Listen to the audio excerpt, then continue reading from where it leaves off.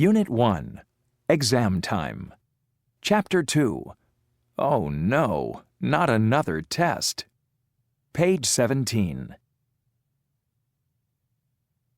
Oh no, not another test. Think about the last test you took. How much of what you learned for the test do you still remember? Many people take tests to pass a course or get a promotion, but they often forget the information afterward.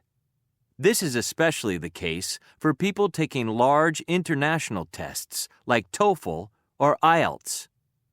These tests usually involve multiple-choice questions, and people often study to increase their scores, not to learn important information. In fact, educators are divided on whether these kinds of tests are the most effective way to assess a person's abilities. Those who support such tests say they are the only way for educators and employers to compare people based on their test scores.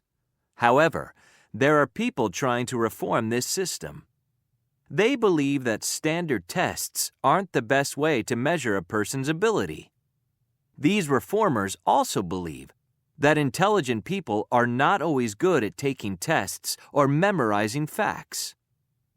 A multiple-choice test cannot always tell what people have learned or whether they can apply that knowledge in the future.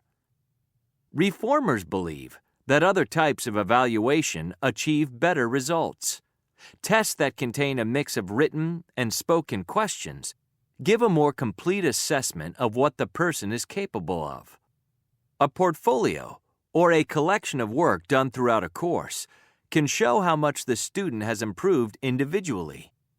Group interviews, where a group of people are interviewed at the same time, can also be useful for employers, since they show how people interact with others.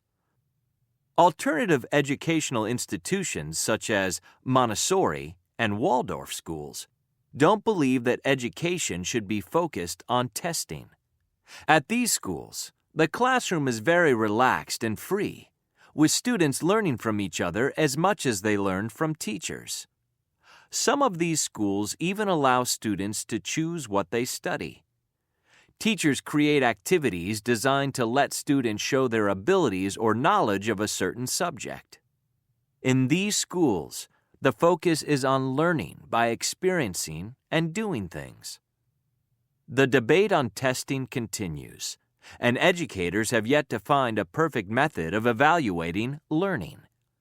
Until that day comes, old test methods will be used, and new test methods will continue to develop. But one thing's for sure, testing will continue to play an important part in all our lives. So study hard